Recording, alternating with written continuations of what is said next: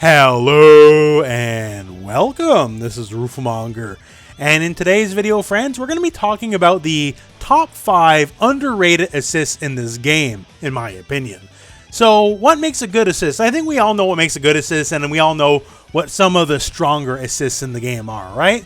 Are beam assists good? Hey, you betcha. We all know. And some, like say GT Goku, maybe just a little bit better than average as well, right? Are uppercut assists good? You know, invincible defensive assists, are they good? Of course they are. They're fantastic. Are big-time lockdown assists that keep you in block stun forever, and I can just mix you up, 6 ways from Sunday while you're in the block stun. Are those assists great? Sure, of course. But some, well, people will look at the assists and go, oh, yeah, that's fine, that's good, and then just kind of pass it on by without giving it a second thought. And for those kind of assists, hey, that's exactly what this video is about. So even though this is top 5, for the first 4, I think you can put them basically in any order.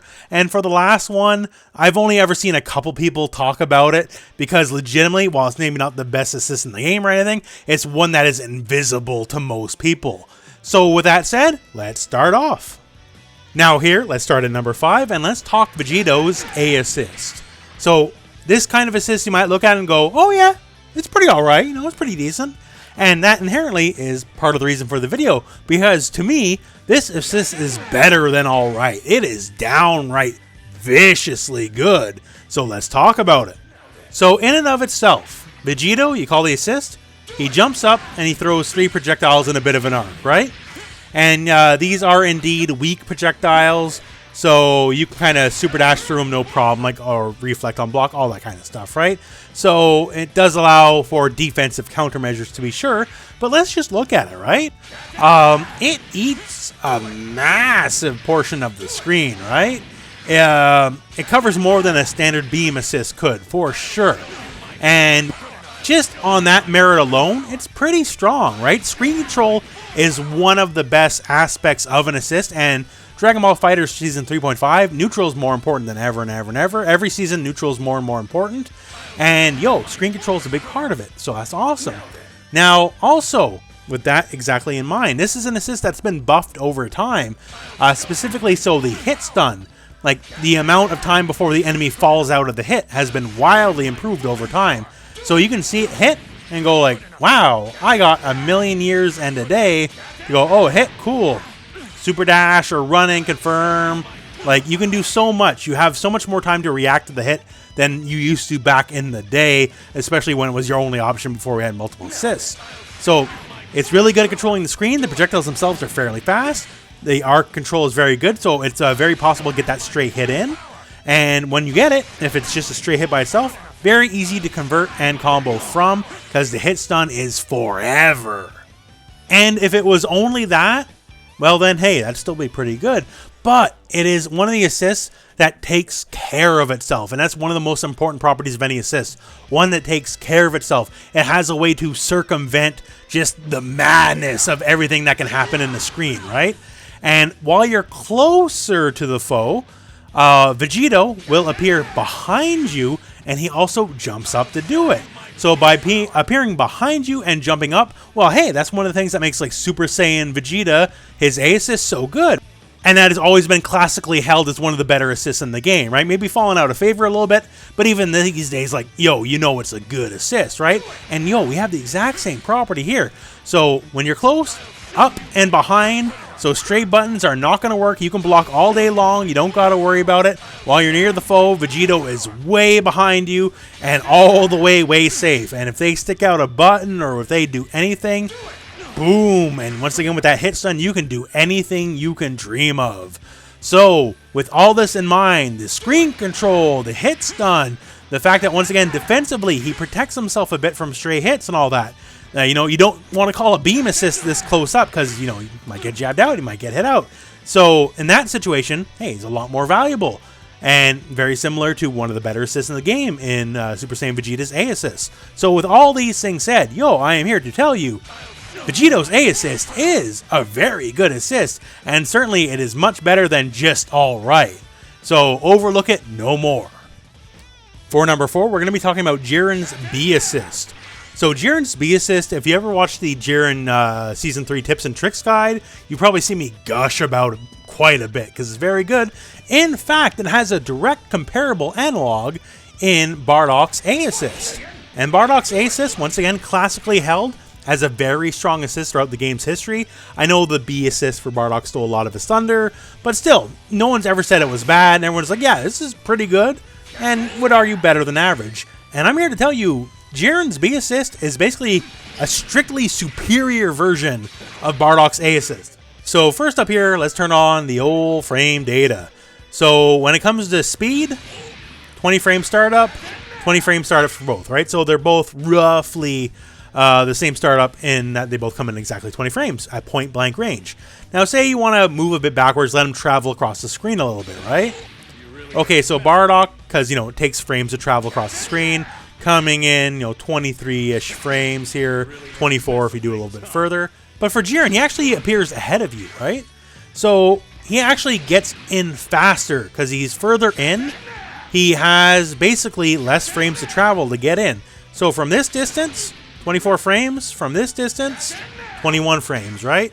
So, okay, it eats up the same real estate, and basically Jiren gets in a couple frames faster, right? Well, that's good. But here's the thing. It's more than just a few frames faster. Like, if we go this far away, Bardock literally cannot connect. End of story. Jiren? No problem. He gets in, right? So, in use of pure neutral, at closer distances, he closes the gap faster, and from further away, simply put, he connects when, you know, Bardock can, right? So here we are with the old Bardock whiff, Jiren. Hey, there we go, we got it. And just like how we talked about for number 5 with the Vegito, right? Assists that defend themselves, in my opinion, are much more valuable because they can survive just the madness of everything Dragon Ball FighterZ, right?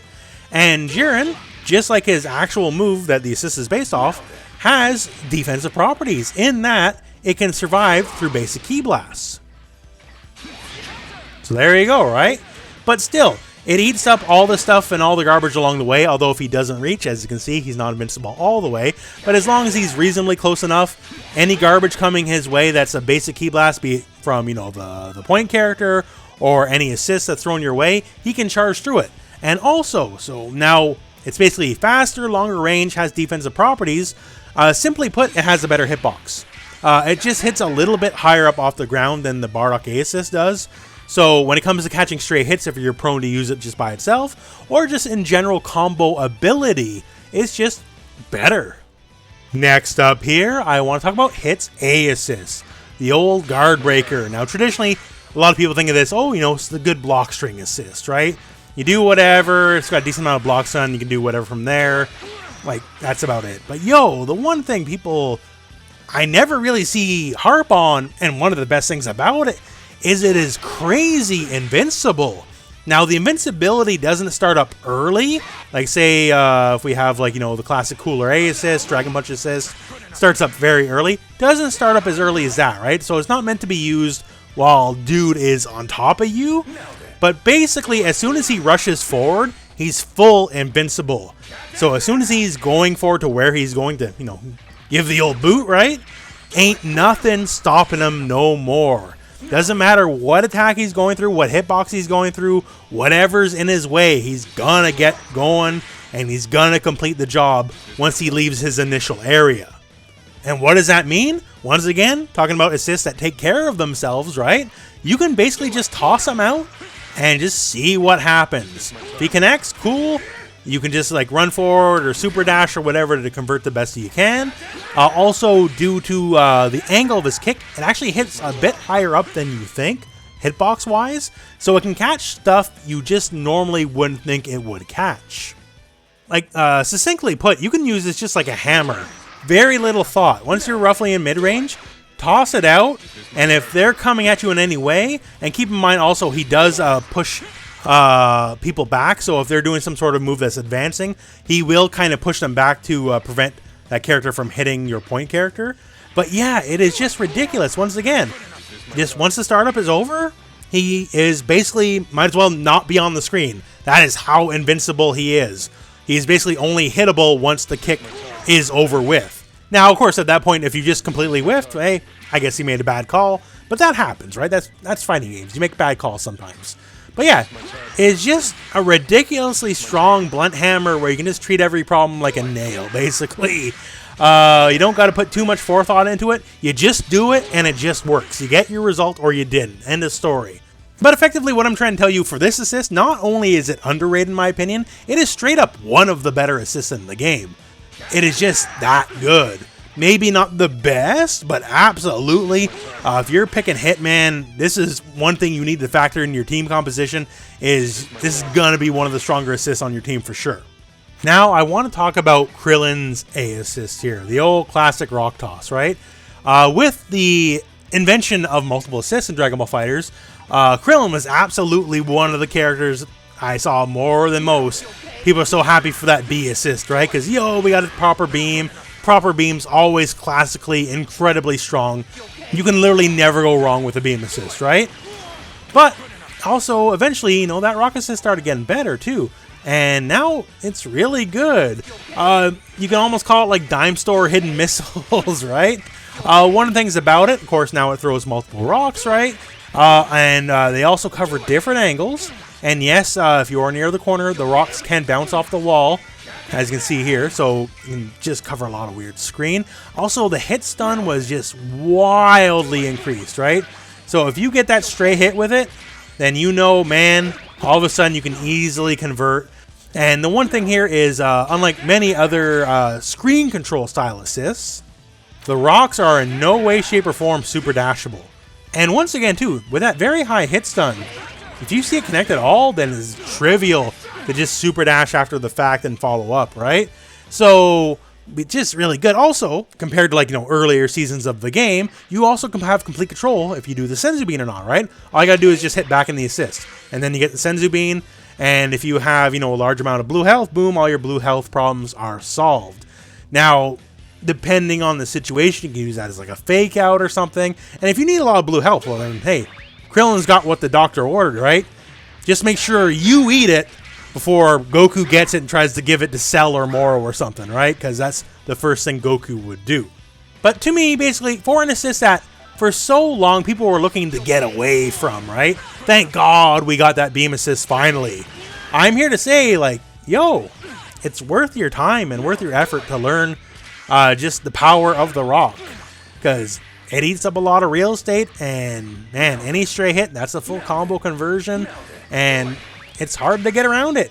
The screen control, really good. So yeah, Krillin A assist, I say check it out. And finally, to me, the most underrated assist in this game is Majin Buu's C assist. So C assist, I know a lot of people are still very hit or miss on them. Some people love them, some people hate them. And a lot of them, well, they just get looked over, right? Because, half of them are basically all the same one. They are just grounded, do the strike, and then you get the combo, right? But Majin Buu's C assist, well, it breaks the mold a little bit. Now, I actually know a few people that can appreciate it for what it is, but for most people, and hey, that's why we're making a video, they don't really know how strong it can be. Now, first up here, as far as C assists go, it's one of the ones that tracks. So wherever you are in the air, it'll do its best to meet you, right? So for combo ability and all that kind of stuff, fantastic. Also, as far as tracking goes, it actually has some of the better tracking for a C assist. So as long as your angles and speed and all that aren't too wild, it has a pretty good way of catching you, right? Now, if you do it raw and not in a combo, yes, there is the startup, absolutely. That's how it's intended to work. But still, if you catch that guy flitting around in the air, the hitbox for it, because it's the cartwheel, it hits kind of up and down, so it's pretty easy to connect on top of its generally pretty solid tracking. So if it can meet you in the air, that's cool. Tracking a little bit better than average, and with the hitbox, how the whole thing works, hey, that's fantastic. But the real secret here, what makes it valuable, is this. The move has the anti-air property, meaning it does have, just like the cartwheel, it does have invincibility against aerial attacks.